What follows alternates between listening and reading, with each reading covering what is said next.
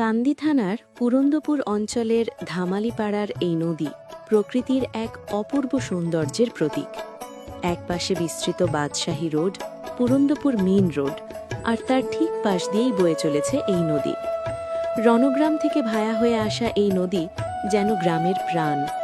জল কম থাকলে মানুষ নদীর ঘেঁষে বয়ে যাওয়া সরু রাস্তা দিয়েই যাতায়াত করে, যার শেষ গন্তব্য খড়গ্রাম ও নগর শেরপুর। আর আছে দুটো বড় বড় বাঁশের তৈরি সাঁকো, যা এই গ্রামের মানুষের দৈনন্দিন জীবনের অংশ। এই নদীর ব্রিজ দেখতে যতটা সুন্দর, তার ভিতরে লুকিয়ে আছে ততটাই ভয়ঙ্কর রূপ, কারণ এই নদী কেড়ে নিয়েছে অনেক প্রাণ। কিছুদিন আগেই একটি ছোট ছেলে নদীর জলে পড়ে গিয়ে রাস্তার নিচে পাথরের ফাঁকে আটকে যায়, আর ফিরে আসতে পারেনি। তাই এই নদী শুধু সৌন্দর্যের নয়, এটা আমাদের জন্য এক সতর্ক বার্তা। প্রকৃতিকে ভালোবাসুন, কিন্তু সাবধানে থাকুন।